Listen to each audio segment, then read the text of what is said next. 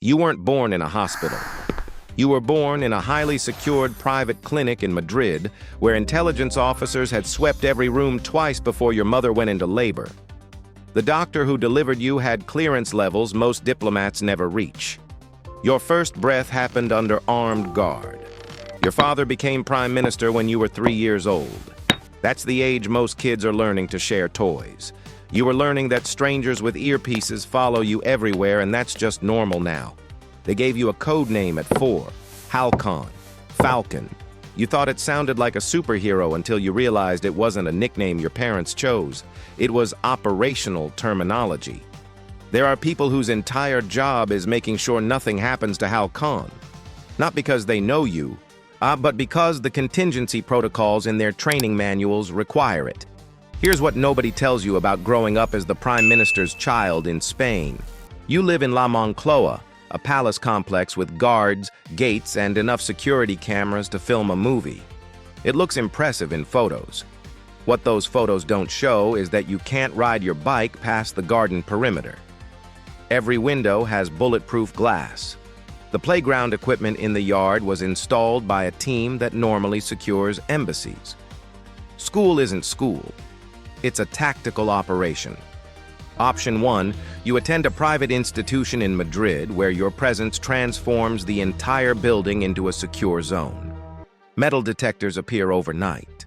Your classmates' parents undergo background screenings just to attend school events. And birthday party invitations require 2 weeks advance notice so security can assess the venue. Option 2, tutors come to La Moncloa, which means you grow up with adults as your primary social contact. Either way, you're isolated. You make a friend at 7, a real one or so you think. You mention something casual your father said about an upcoming policy change. Just dinner table conversation. Within hours, it's a headline in El País. Your friend's parents didn't mean harm. They were excited. They told one person who told another.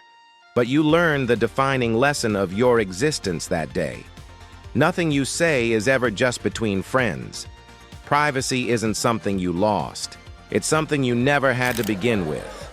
At 9, you're standing next to your father at a state dinner with the French president. Your tie is too tight. You've rehearsed which fork to use for which course, because apparently using the wrong one could cause an international incident. Other kids your age are playing football in the street. You're learning diplomatic protocol so you don't embarrass the Spanish government in front of visiting heads of state. Your father calls these experiences educational opportunities. You call them unpaid appearances you never auditioned for. Adolescence hits, and you discover social media. Bad idea. You search your father's name once, just curious about public opinion. 40 minutes later, you're staring at your bedroom ceiling, processing the fact that thousands of strangers have very strong opinions about your family. Some of it's political criticism, which you understand conceptually. Some of it's personal, vicious, and directed at your mother. Now you bring it up at dinner. Your father says it comes with the territory, cuts another piece of fish, and changes the subject. You find one escape: online gaming. It's the only place in the world where you're not the Prime Minister's son. You're just another player with a headset. For 2 years, your best friend is someone from Barcelona who calls you trash at FIFA. He has no idea who you are in real life. It's the most honest relationship you've ever had. Then you meet someone. Your first girlfriend. She's smart, funny, and for 3 weeks, everything feels almost normal. Then the tabloids find her Instagram. Her entire social media history gets torn apart by strangers. Gossip sites analyze her clothes, her friends, her family's voting record. The political commentators debate whether she's appropriate for the Prime Minister's son on morning television. The relationship doesn't end because you fought. It ends because she can't handle the scrutiny. Neither can her family. That's when it fully connects. Everyone who gets close to you inherits your prison. The security, the cameras, the constant public judgment. It's not just your burden. It becomes theirs too. And you start to realize what you actually are in this equation. You're not just a teenager. You're a political liability that needs managing. At 16, you attend a state funeral at Valle de los Caídos. You're standing there while they fold the flag, and a widow looks at you for just a moment. You have no idea what to do with that look. You never met the person being buried. And you're there because declining wasn't an option when the invitation came. The widow's expression isn't angry or grateful. It's something else entirely. Expectation, maybe. Like you represent something larger than yourself, whether you want to or not. Everyone promises college will be different. You choose a university in the UK, betting distance will help. It doesn't. Your roommate goes through a background check that takes 11 weeks. Professors treat you like fragile glass or a walking controversy depending on their politics. You make friends, but there's always careful distance in conversations. They edit themselves around you. They know a careless comment could end up screenshot and viral by morning. Genuine friendship requires equality. You'll never have that with peers. You're always the Prime Minister's son first, yourself second. What do you do with a future like this? Politics means eternal comparison to your father, every decision measured against his legacy. Private sector, and they'll say you're exploiting the family name. Philanthropy gets called reputation management. Pursue art, and nobody takes it seriously because of where you came from. Every single path has already been defined by someone else's career. The cruelest part? You can't even complain publicly without sounding entitled. After all, you had advantages most people can't fathom. At 22, security asks an unexpected question. Formal protection is ending. From now on, it's optional. You can keep the agents or dismiss them. It's the first real choice about your own safety you've ever been given. You stand there not answering because you genuinely don't know what you want. You have zero memory of existing without someone monitoring your perimeter. None. Not one day of your conscious life. You try going without them. Rent an apartment in Valencia under your name. No agents at the door, no cameras in the corridor. You walk in, and there's nobody inside, nobody outside.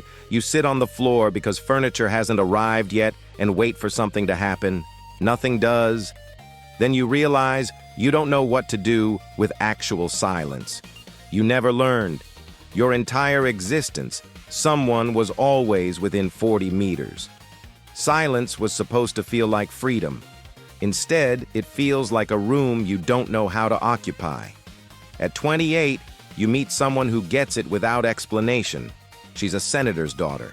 She grew up sharing her father with the nation too. You fall in love carefully. The way you've learned to do everything. It's the first time someone truly understands. Somehow that doesn't fix anything. You still carry things you'll never share. One memory from age 6. You woke up thirsty, went downstairs in La Moncloa for water. Your father sat alone at the kitchen table, head in his hands. No aides, no staff. Just him. You'd never seen him like that. He never showed weakness to anyone. You went back upstairs without making sound. Never mentioned it.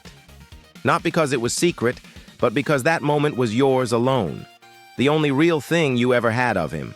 You consider politics seriously. The name recognition would be absurd advantage. But you watched the cost up close. You saw what it did to your father's health, his marriage, his peace. Is power worth that price? Or is the greatest rebellion simply choosing to be happy? You visit him on a random Tuesday, no special occasion. He opens the door himself wearing slippers. Looks smaller than you remember. The house is quiet in ways La Moncloa never was.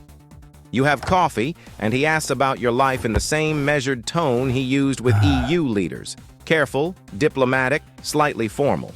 You realize he doesn't know another way. That maybe he lost something in the process too. When you leave, he stands in the doorway watching you go. You can't decide if that's a father saying goodbye to his son or a man trying to remember how it's done. You're the Prime Minister's son. You had a code name before you turned 7. Agents who would die for you without knowing you. At 22, protection ended and you discovered you didn't know what silence meant. And the name still opens doors, sets expectations, precedes anything you say. You've learned to live with it the way you learned to live with the agents. Accept it as environmental without it being you. Maybe you go into politics. Maybe you don't. Either way, the first line of every article about you is already written. You're the most recognized and least known person in every room you enter. You spend your whole life wondering what you could have been without the name. Would you have been happier? More successful? Less complicated? The questions don't have answers because you can't run the experiment. There's no version of you that exists outside this context. Some days you resent it. The loss of anonymity, the weight of expectations, the way every choice gets filtered through who your father is. These other days you recognize the absurd privilege, the education, the access, the safety net that most people will never have.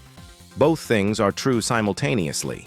You were given advantages and robbed of normalcy in the same breath.